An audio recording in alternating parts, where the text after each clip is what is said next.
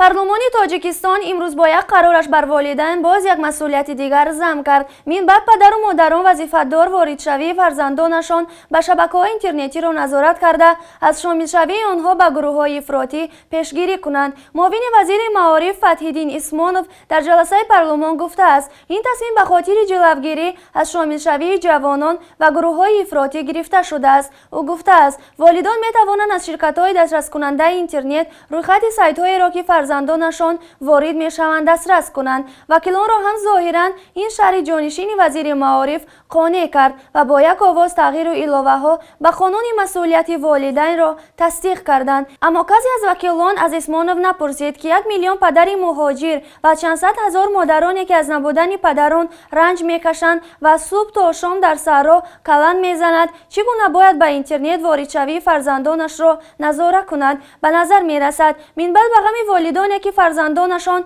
به گروه‌های افراطی شامل شدند غم نو جوابگری جنایی تهدید میکند.